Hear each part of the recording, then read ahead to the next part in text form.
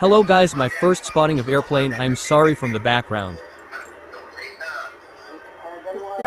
Nagbabasa nga ako Bible eh.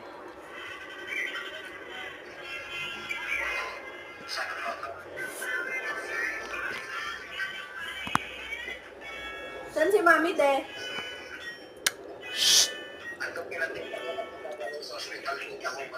Bakit?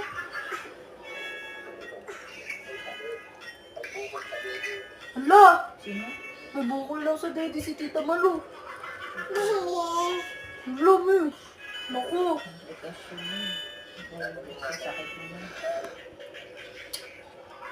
Bakit? Anong ba nangyari sa kanya?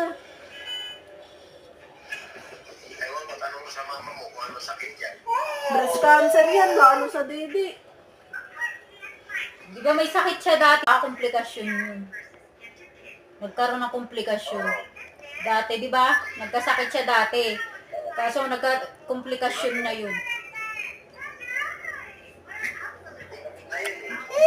Gumaling na, pero hindi pa rin na komplikasyon yun. Komplikasyon daw yun. Mama, Ha?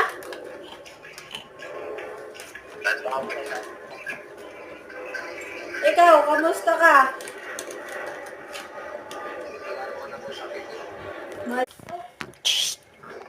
mama, Nakas mo kay Lord. Kulat. huwag ka maingay, ma. Nagpipidyo ako. Hallelujah. Ang pera ko, Uy, ang dami ah. isa nga lang to. Tagal ko na kami hiniingatan to. Para sa iyo. Lang na lang mo talaga ako ah. Mami, padadala ko na sa iyo ito. Daddy magbakasyon kami dyan nila, Hanson. Sabi kasi ni Hanson, sumabay na lang daw ako sa kanya. Ha? Sabi ni Papa mo sa bakasyon lang daw. Oo nga. Sa bakasyon na nga daw. Hintayin ko na lang daw si Hanson. Ayaw niya ako pababain. Sabi niya gusto niya kasama siya. Teka mo to.